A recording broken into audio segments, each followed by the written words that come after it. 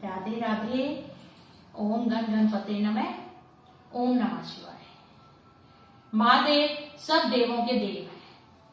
वह थोड़ी सी भी भक्ति से महादेव जी अति प्रसन्न हो जाते हैं। और पार्वती माता जो है वह अति अति पतिव्रता स्त्री हैं और वह सदैव भक्तों को वरदान देने के लिए भोलेनाथ से अनुग्रह करती रहती है। भोलेनाथ जी और माता पार्वती को प्रसन्न करने के लिए सोमवार में 3 तरह के व्रत हैं। एक तो साधारण सोमवार जो हम हर सोमवार को कर सकते हैं, एक प्रदोष व्रत जो त्रयोदशी तिथि पे होता है, और एक 16 सोमवार व्रत। ये तीनों ही व्रत बहुत ही चमत्कारी हैं और भोलेनाथ और माता पार्वती की कृपा प्राप्त करने का बहुत ही उत्तम साधन है। आज की जो वीडियो है इसमें हम साधारण जो सोमवार है उसकी कथा को श्रवण करेंगे और नियमों को जानेंगे। नमस्कार, मैं हूं आकांक्षा और आपका बहुत बहुत स्वागत करती हूं आपके खुद के YouTube channel Krishna magical world में। सबसे पहले हम सोमवार का जो साधारण व्रत होता है उसके नियमों की बात कर लेते हैं। भोलेनाथ का व्रत है जो बिना भोलेनाथ के जल अभिषेक के पूरा कभी भी नहीं होता। इसलिए अगर आपके पास समय है तो ये बहुत ही अच्छी बात है कि आप इस शिवालय में जाइए, कच्चे दूध से, गंगा जल से, बेल पत्तर से, पुष्प जो सफेद रंग के हो, शक्कर से, गन्ने के रस से महादेव का आप पूजन करिए। अगर आपके पास थोड़ा सा भी समय नहीं है तो आपके घर में जो भी शिवलिंग है आप उन्हें अवश्य स्नान कराइए और अच्छे से पूजा पाठ करिए। और जो साधारण जो सोमवार की जो व्रत कथा है उसका श्रवण कीजिए। जो सोमवार का व्रत है इसमें नमक का सेवन नहीं करना होता है और हमें मीठा भोजन ही करना होता है और दिन में एक समय हमें भोजन करना होता है। अब सोमवार व्रत की कथा श्रवण करते हैं। जय हो। ओम नमः शिवाय। आज सोमवार व्रत कथा। एक नगर में एक साहूकार और साहूकारनी रहते थे। उनके घर में धन इत्यादि किसी भी चीज की कोई कमी ना थी, लेकिन साहूकार के कोई भी संतान ना थी। इसलिए वह पुत्र प्राप्ति के लिए सदैव भोलेनाथ के मंदिर में जाके उनकी पूजा अर्चना करता था। जब भोलेनाथ की पूजा अर्चना करते करते बहुत साल व्यतीत हो गए तो एक दिन पार्वती माता बोली भोलेनाथ को, हे भोलेनाथ, यह आपका परम भक्त इस साहूकार के दुख को दूर कर दीजिए महाराज, नहीं तो ये आपकी इतनी भक्ति और पूजा करता है, इसको इसके पूजन का फल दे दीजिए। तब भगवान भोलेनाथ बोले, हे पार्वती, हे देवी, ये संसार तो एक कर्म क्षेत्र है। जो जैसा बीज बोता है वह वैसा ही काटता है। ये जो साहूकार है मैंने मान लिया कि मेरा परम भक्त है, परंतु इसके भाग्य में कोई पुत्र नहीं है। तब माता पार्वती बोली, हे प्रभु, चाहे इसके भाग्य में पुत्र गोचर ना हो, परंतु आप कृपा करके इसे पुत्र प्रदान अवश्य कीजिए। तो भोलेनाथ माता पार्वती की बात को आपको पता है जैसे टालते नहीं है। तो भोलेनाथ बोले, देवी, इसके जो भाग्य में पुत्र तो नहीं लिखा हुआ है, परंतु मैं इसको पुत्र प्रदान कर देता हूँ, परंतु वह सिर्फ 12 वर्ष तक की आयु तक जीवित रहेगा। तो माता पार्वती बोली, प्रभु आप 12 वर्ष तक ही प्रदान कर दीजिए, परंतु इसे पुत्र प्रदान कर दीजिए। तब शिव और पार्वती का जो वार्तालाप था वह साहूकार सुन रहा था।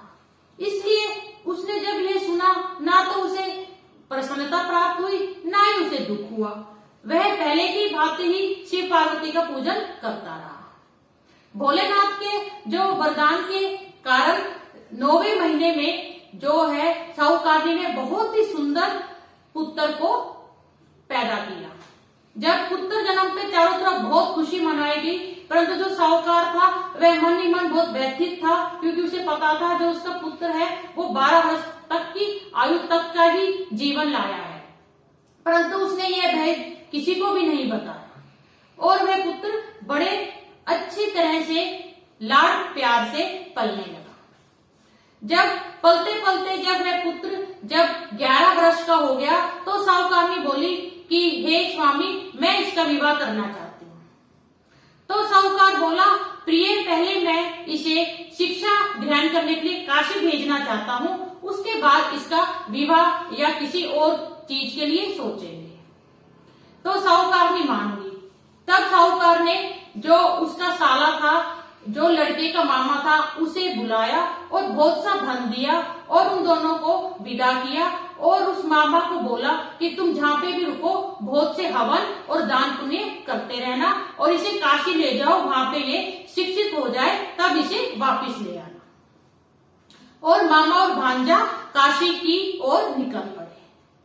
जैसे ही वे जिस भी शहर में रुकते थे वहीं पे वे हवन करते थे, दान आदि करते थे। जब मामा और भांजा एक नगर में जब रुक रहे थे, तब वहां पर एक राजा की बारात आई।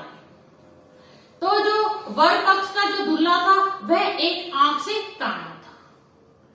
तब वह बारात में जो उसके पिता थे दूल्हे के, उन्होंने जैसे ही मामा और भांजे की जोड़ी देखी, उन्हें वह लड़का बहुत ही सुंदर लगा और वह मामा को बोला कि मेरा पुत्र एक आंख से काना है, इसलिए ये राजकुमारी के सामने जैसे जयमाला को जाएगा, चारों तरफ इसकी खिल्ली उड़ेगी और शायद इनका विवाह भी टूट जाए।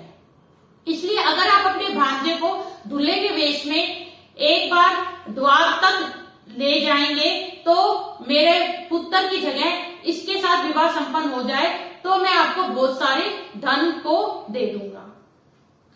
तो जो मामा थे वे सहज उन्होंने स्वीकृति दे दी और जो वह भांजा था, जो पुत्र था जो साहूकार का, वह दूल्हे का वेश धर के और उसने राजकुमारी के साथ विवाह रचा दिया।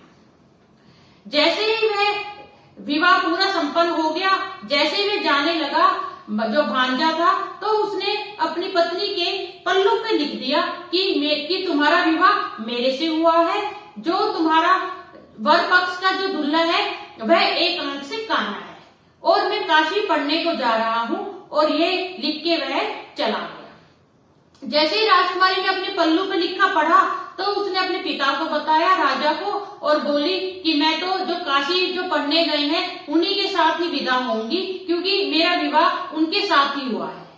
और जो काने दूल्हे की जो बारात थी वह खाली हाथ लौट गई।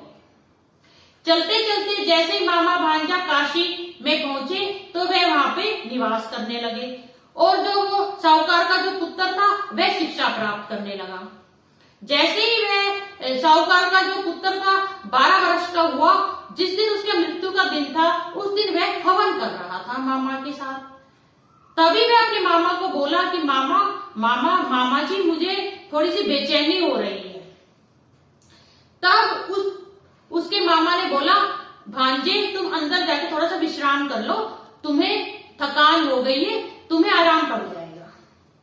और वह अंदर को चला गया साहूकार का जो पुत्र था, और जैसे ही वह लेटा तभी उसके प्राण पखेरु उड़ गए। थोड़ी देर बाद जब मामा ने देखा कि भांजा वापिस नहीं आया तो वह वहां गया, तो उसने जब देखा तो वह चकित रह गया, क्योंकि उसके भांजे का देहांत हो चुका था। परंतु मामा ने सोचा, अगर मैं हवन के बीच में चिल्लाऊंगा रोऊंगा तो हवन का जो कार्य है वह बीच में संपन्न नहीं होगा और अधूरा रह जाएगा। इसलिए मामा ने धीरे धर के सारे हवन का संपूर्ण कार्य पूर्ण किया। उसके बाद वह बहुत तेज तेज दहाड़े मार के रोने लगा। जैसे ही मामा तेज तेज रुदन कर रहा था, इतने में ही शिवजी और पार्वती उसी आकाश मार्ग से वहां से निकल रहे थे। तभी माता पार्वती द्रवित होकर बोली, हे प्रभु इतनी तेज तेज कौन रो रहा है? जैसे ही माता ने देखा, माता समझ गई, बोली, हे प्रभु ये तो वही साहूकार का पुत्र है जो आपने उसे प्रदान किया था।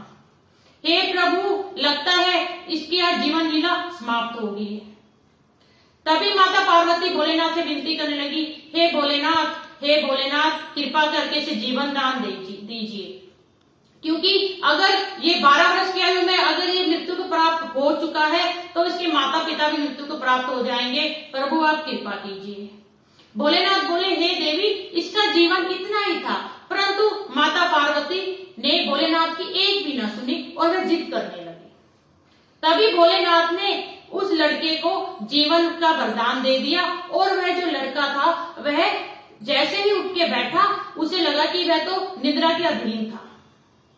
तब उसके मामा को भी देख के बहुत आश्चर्य हुआ और उसने बहुत खुशी मनाई। और उसके बाद दोनों मामा भांजा शिक्षा प्राप्त करने के बाद वापिस काशी से अपने नगर की ओर लौटने लगे।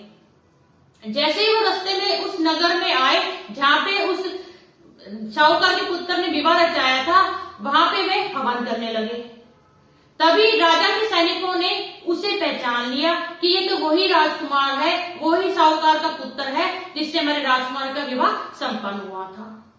उसके बाद राजा आया और साहूकार के जो पुत्र था उसे अपनी राजधानी में लेके गया और खूब उसका आदर सत्कार किया और अपनी पुत्री को खूब दादाशों के सहित धन धान्य के साथ विदा कर दिया।